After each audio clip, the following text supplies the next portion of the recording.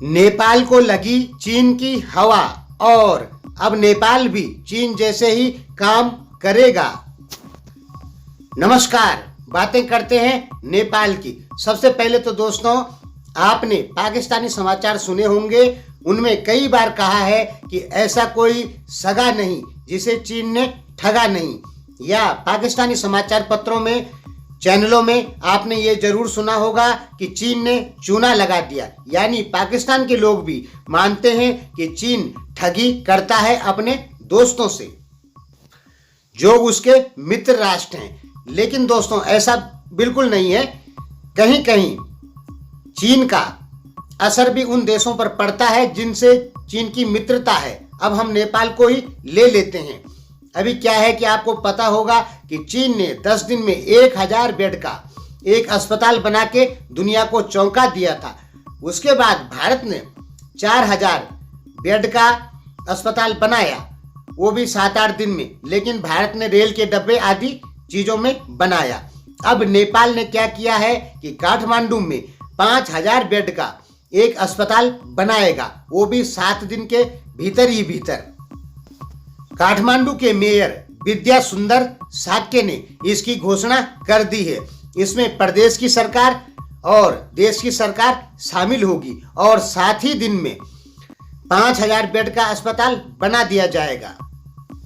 ऐसा क्यों हुआ? प्रधानमंत्री ओली के ऊपर वहां की जनता आरोप लगा रही थी कि कोरोना महामारी फैल रही है और आप भारत के खिलाफ बयान देते जा रहे हैं और जनता का ध्यान मेन मुद्दों से भटका रहे हैं। ये बातें वहां की जनता और विपक्षी दल कह रहे थे। तो प्रधानमंत्री ओली, प्रदेशीय सरकार मिलके 5000 बेड का एक अस्पताल का निर्माण करने वाली है 7 दिन के भीतर ही भीतर। नेपाल कोरोना महामारी की लिस्ट में 66 नंबर पे है। 29,676 केस नेपाल में हो चुके हैं। 126 आदमियों की मृत्यु हुई है और 8,78,000 टेस्ट नेपाल में हुए हैं। यानी 1 मिलियन में 10 लाख लोगों में 23,000 टेस्ट नेपाल में हुए हैं। माफ करें, 10 लाख लोगों में 30,000 टेस्ट, यानी प्रत्येक 10 लाख पे 30,000 टेस्ट नेपाल में हो रहे हैं। हालांकि यह भारत से अच्छा है। भारत में प्रत्येक 10 लाख आदमियों पे 23,000 टेस्ट हो रहे हैं, नेपाल में 30,000 टेस्ट हो रहे हैं। कोविड-19 ने अब तक दुनिया भर में 2,28,00,000 आदमियों को अपनी गिरफ्त में ले लिया है। यानी कोविड-19 का इन्फेक्शन 2,28,00,000 लोगों को हुआ है, जिसमें से 7,97,105 आदमियों की मृत्यु हुई है। 1,55,00,000 आदमी रिकवर हुए हैं। अमेरिका इस लिस्ट में 1 नंबर पे है। अमेरिका में इस समय 57,46,272 केस हैं और डेथ हुई है 1,77,424 की। ब्राजील इस लिस्ट में दूसरे नंबर पे है, जहां पे 35,05,000 केस लगभग हैं, जिनमें 1,12,423 आदमी की मृत्यु हुई है।